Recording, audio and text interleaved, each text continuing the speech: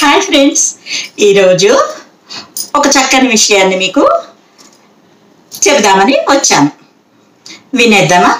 మీరు పెళ్ళిళ్ళకి, పేరెంటాళ్ళకి, ఫంక్షన్స్కి, రకరకాల ఫంక్షన్స్ జరుగుతూ ఉంటాయి, వెళ్తూ ఉంటారు కదా, అక్కడ భోజనాలు పెడతారు కదా. ఎప్పుడైనా మీరు విన్నారా ఈ మాట?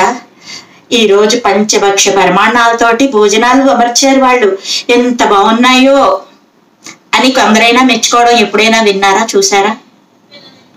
ఇప్పుడు నేను పంచభక్ష్యములు అంటే ఏమిటో చెబుతాను. భక్ష్యములు అంటే కొరికి తినేవి. ఉదాహరణకి గారెలు, బూరెలు, లడ్డూలు, అరిసెలు మొదలైన పదార్థాలు.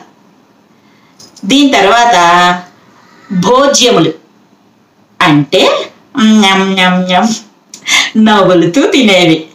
ఉదాహరణకి పులిహోర, పొంగలి, దద్దోజనం ఇలాంటి పదార్థాలు అన్నమాట. తర్వాత మూడవ రకం చోష్యములు అంటే జుర్రుకుంటూ తినదగిన పదార్థాలు. ఉదాహరణకి పాయసం, చారు ఇలాంటి పదార్థాలు. ఇవి జుర్రుకుంటూ తింటాం, వీటిని చోష్యములు అంటారు. మరి 4 లేహ్యములు అంటే నాకుతూ తినే పదార్థాలు. అవేంటి? తేనె, చెరుకు రసం, చెరుకు పానకం, ఇంకా బెల్ల పానకం మొదలైనవి.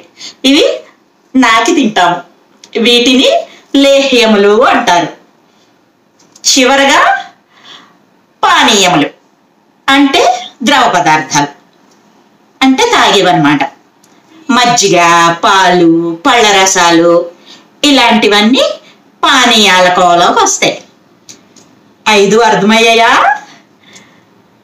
పంచభక్ష్యములు అంటే భక్ష్యములు, భోజ్యములు, చోష్యములు, లేహ్యములు, పానీయములు. ఇవే పంచభక్ష్యములు. ఇవన్నీ ఉన్న ఆహార పదార్థాలని పంచభక్ష పరిమాణాలతో భోజనం పెట్టారా అండి, ఎంత బాగా పెట్టారో, విందు ఎంత బాగా చేశారో అని అభినందించి ఆశీర్వదిస్తారు. అర్థమైందా? ఇంకో మంచి విషయంతో మళ్ళీ కలుద్దాం. లైక్ చేయండి, షేర్ చేయండి, సబ్స్క్రైబ్ చేయండి, నన్ను ఎంకరేజ్ చేయండి, మీ ఫ్రెండ్స్ అందరికీ నన్ను పరిచయం చేయండి. ఓకేనా? బాయ్.